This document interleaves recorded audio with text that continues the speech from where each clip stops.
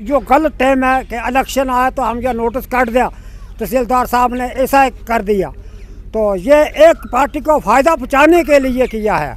और हम गुज्जर बकरवाल चाहे कश्मीरी हो कोई हो, लेकिन हमारा ये यहाँ का, हम जंगलों में बसते हैं और हमें कहाँ निकालने के, तो हम माल मवेशी को बच्चे को कहाँ ले जाकर, और हमारे लिए कौन सा वतन आएगा, तो हमें उधर ले जाएंगे, हम मर जाएंगे, हम मिट जाएंगे, हम कभी नहीं जाएंगे।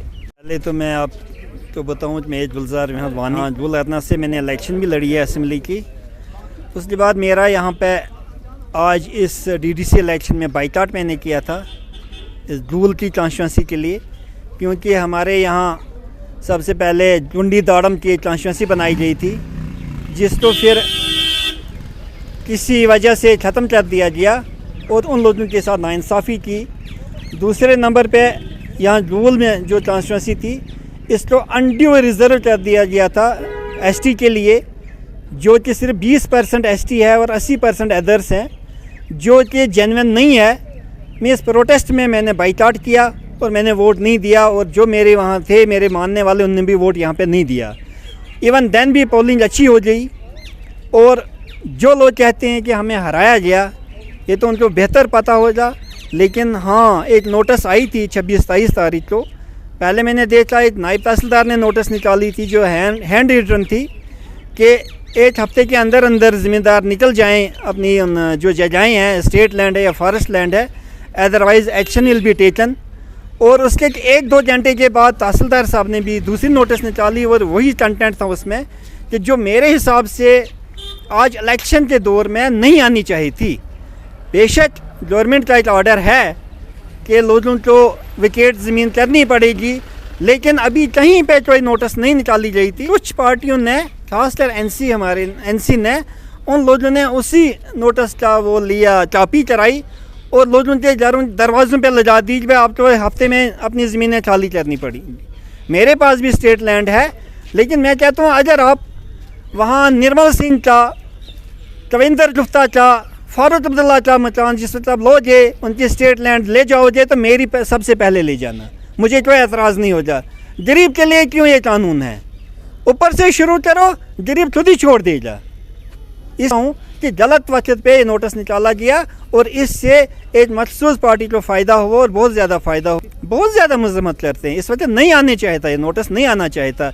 इसमें मैं नहीं कह सकता हूँ कि एडमिनिस्ट्रेशन का कोई गलत वो था, मोटिव था, लेकिन एक नोटिस गलत हुआ, ने जल्दबाजी में नोटिस निकाल दिया, जिससे कि इलेक्शन के दौर में ओबियसली नुकसान हुआ बाकी लोगों को, एक पार्टी को फ़ायदा हुआ कि उनने उसको फिर बड़ा हाईलाइट किया, उनने एक मैनिफेस्टो बना लिया कि वहाँ जब नोटिस भी आ गया है, हफ्ते के अंदर आपने निकलना है यहाँ से, तो लोगों ने उसमें ले लिया वो कि हाँ जी अब हमने शायद निकलना है। लेकिन मैं कहता हूँ कि कोई किसी ने नहीं निकलना है, कोई हम यहाँ आने नहीं देंगे अपनी स्टेट लैंड पे, न किसी को आने देंगे, न अपने फॉरेस्ट लैंड पे किसी को आने देंगे। ये हमारा है, हमारा रहेगा। हम हिंदुस्तानी हैं, हमारा पूरा हक है हिंदुस्तान के इस ज़मीन पे भी, कानून पे भी, इसलिए हम यहाँ पे किसी को नहीं आने देंगे और नहीं कोई आने वाला है।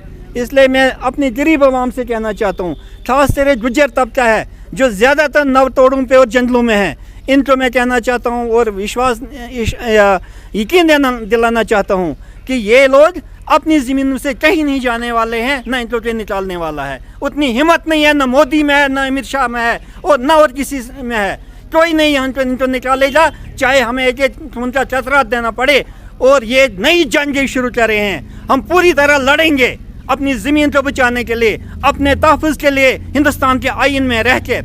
हम नहीं ये कहेंगे कि हम बंदूक उठाएंगे, लेकिन हम अपनी ज़मीन को बचाने के लिए, अपने गरीबों का ये फ़ायदा नुकसान देखने के लिए हम पूरी तरह लड़ेंगे। कोई हमारी ज़मीन न ले सकता है, न हम लेने देंगे। जी, जो ये इलेक्शन के दौरान इधर तहसीलदार साहब ने नोटिस निकाली, उसकी हम भरपूर मजम्मत करते हैं कि गलत टाइम पे नोटिस निकाली और झूठ है। लोगों को बेवकूफ़ बनाया वोट लेने के लिए। लोगों को जो मंशूर इनके हैं, 2 ही मंशूर है इनको, ये ज़मीनों से लोगों को जो निकाला जाएगा, एनसी का यही मंशूर है, आपको बचाएंगे।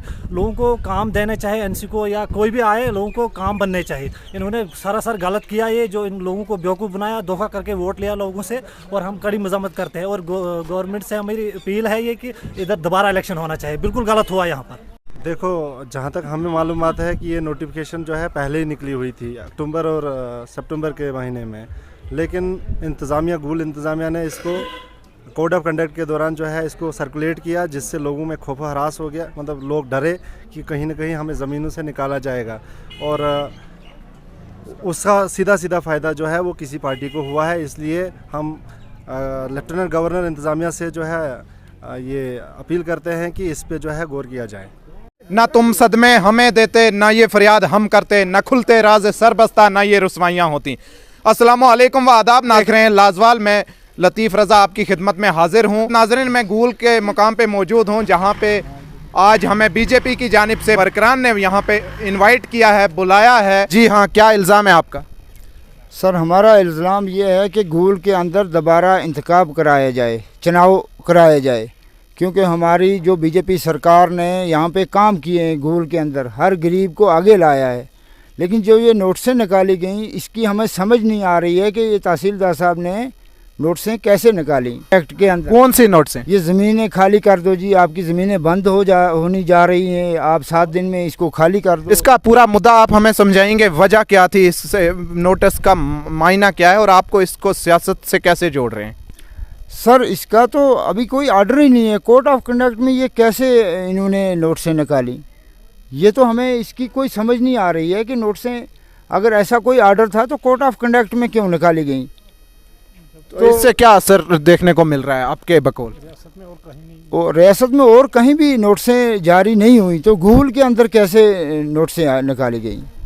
और गूल के लोगों को खामखा में परेशान कैसे किया गया, हम इस चीज़ को जानना चाहते हैं। और आले ओहदेदार, हुकूमत के जो आले ओहदेदार से हैं या चीफ इलेक्शन कमिश्नर साहब है, उससे हम ये रिक्वेस्ट करते हैं कि इसकी कार्रवाई क्यों नहीं हो रही है। तो डीसी साहब से रुजू नहीं किया इस सिलसिला में आप? सर, डीसी साहब से अभी रुजू नहीं किया, लेकिन हम देख रहे हैं कि गवर्नमेंट कुछ ना कुछ कोई कार्रवाई करेगी, हमें इंसाफ दिलाएगी। लेकिन हम अभी तक जो कार्रवाई आपके सामने है, क्या कार्रवाई हुई अभी तक? अभी तक कोई कार्रवाई नहीं सर हुई। हमारी आवाज़ को रद्दी की टोकरी में फेंका जा रहा है, हमें क्या हो रहा है? हमें दबाया जा रहा है, और हमारे उल्टे हमारे ऊपर ही नोटिसें निकाली जा रही हैं कि आप गलत कर रहे हैं, आप ये कर रहे हैं, आप वो कर रहे हैं। अगर हमने इलेक्शन में हिस्सा लिया तो हमने क्या गलत किया? अगर गलत किया इलेक्शन लड़ने का, तो ये जिसमें ये जो तहसीलदार साहब हैं, इन्होंने खुद क्यों नहीं फार्म भरा, ये खुद मैदान में क्यों नहीं आए? अगर इन्होंने लड़ना था या ऐसे नोटिस जारी करने थे तो ठीक है सर। क्या इल्ज़ाम, आपका इल्ज़ाम क्या है कि तहसीलदार साहब या इंतज़ामिया के किसी आदमी ने इंटरफेयर किया क्या इलेक्शन में? जी सर, यही है कि इन्होंने जो नोटिसें निकाली हैं, हमें इससे जो नुकसान हुआ है, हम इसकी जानकारी चाहते हैं कि इन्होंने ये नोटिसें अगर निकाली हैं, गवर्नमेंट का अगर कोई आर्डर है तो ठीक है, अगर आर्डर है ही नहीं कहीं से तो गूल के अंदर ये कैसे निकाली गई? इससे पहले आपने इंतखाबात के दिन भी आवाज़ उठाई थी, क्या मीडिया इसमें सरगर्म था? सर, मीडिया वालों ने तो हर टाइम साथ दिया है, पब्लिक का साथ दिया है, और अब आवाज़ जो है ये गरीबों की बुलंद की है, हर जगह से इन्होंने जानकारी ली है, तो इनको भी दबाया जा रहा है, मीडिया वालों को भी दबाया जा रहा है। ऐसा क्यों है गूल के अंदर, ऐसा क्यों है? और मीडिया वालों को भी मेरे वालिद साहब के साथ ही बुलाया गया, कुछ नोटिसें निकाली गई हैं कि आप हाजिर हो जाओ तहसील के अंदर। पता नहीं वो कैसे, क्या हाजिरी है, नहीं हुए। 14 तारीख का उन्होंने बताया ये गया कि अब आगे डेट बढ़ा दी है। ये सर, तहसीलदार साहब की यहाँ से ट्रांसफ़र हुई है, हमने सुना है, लेकिन अभी उसको अटैचमेंट रखा है रामबान के अंदर, तो उसके ऊपर कार्रवाई क्यों नहीं हो रही है? इसको हम जानना चाहते हैं कि इसके ऊपर कार्रवाई क्यों नहीं हो रही है, इसको क्यों नहीं, इसके अंदर और भी जो लोग हैं ये भी मुलव्वस हो सकते हैं, क्योंकि ये रात दिन करके इन्होंने नोटिस जारी की हैं और लगाई गई हैं हर जगह में। नाजरीन, ये तासुरात थे बीजेपी के वर्करान की जानिब से, हमें बुलाया। गरीब लोग जो हैं सामने डर के मारे नहीं आ रहे हैं, क्योंकि इनका डर है कि गरीब लोग सोचते हैं हम किसी पकड़ में झकड़ में फंस ना जाएं। आप सारी की सारी इंतज़ामिया को जिम्मेवार ठहरा रहे हैं इस गलती का, या कि मखसूस किसी इंतज़ामिया के आदमी को? सर, उन्होंने कैंपेन किया जो ये कैंडिडेट है उसके ऊपर, तो इसलिए लोग डरे हुए हैं। किसने कैंपेन खूब ज़्यादा हैं, जितने भी कार्यकर्ता गूल के अंदर हमारे वर्कर्स हैं या जितने भी पार्टी चलाने वाले लोग हैं, वो भी इस वक्त डरे हुए हैं कि हमें किसी जगह अंदर ना दिया जाए, हमें हम पे कोई ऐसा जुल्म ना सितम ना ढाया जाए। तो मेरी यही रिक्वेस्ट है गवर्नमेंट के आले ओहदेदारों से कि हमें यहाँ पे कोई राहत दिलाई जाए और इसकी कड़क कार्रवाई की जाए कि इसको सामने लाया जाए। अगर ये नोटिस थे तो इनको। आज आपने हमें बुलाया, लेकिन आपने अदलिया का रुख किया क्या? सर अदलिया का रुख यही है, अभी हमने तो आवाज़ ही पहुंचानी है, फिर देखेंगे सर इसके बाद अगर ऐसा ही रहा तो गवर्नमेंट हमारा साथ देगी इंशाल्लाह। हमें तो ये उम्मीद है कि गवर्नमेंट जो है पूरी हमारा साथ देगी। और चीफ इलेक्शन कमिश्नर से ये रिक्वेस्ट है कि यहाँ पे दोबारा इलेक्शन कराया जाए गोल के अंदर। हमने प्लेटफार्म के ज़रिए हर एक की आवाज़ को आगे पहुँचाने की कोशिश की है और लाजवाल किसी भी ऐसी खबर जो किसी का भी इल्ज़ाम हो उसकी ज़िम्मेवारी नहीं लेता, क्योंकि हम हर किसी की आवाज़ हैं और आवाज़ें सियासत में उठती रहती हैं। नाज़रीन, इसी के साथ मुझे दीजिए इजाज़त। मैं फिर मिलता हूँ किसी ख़ास रिपोर्ट के साथ, तब तक के लिए अल्लाह हाफिज़, आदाब।